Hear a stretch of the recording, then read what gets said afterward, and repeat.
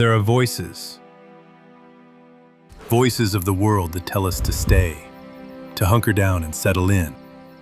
But throughout Scripture, we hear a different kind of voice. To be honest, I don't know where I'm going. God just told me to go. One day I was just minding my sheep, and God called me to go, lead his people out of Egypt. Well, we're going. So yeah, Moses died. But God told us to keep going, to be strong and courageous because he will be with us. So, I heard there's this giant taunting our nation. It's been 40 days. Nothing's happening. Gotta go find out. This place is a disaster.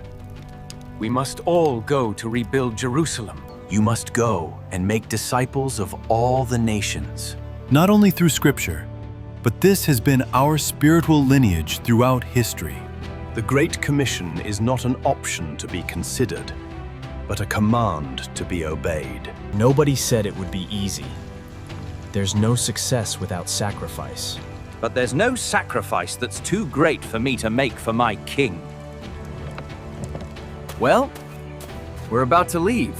Wish us luck. I wasn't God's first choice, but at least I was willing to go. These are the cloud of witnesses that came before us. And now, we too have to answer to the Great Commission. And this is why we gotta go.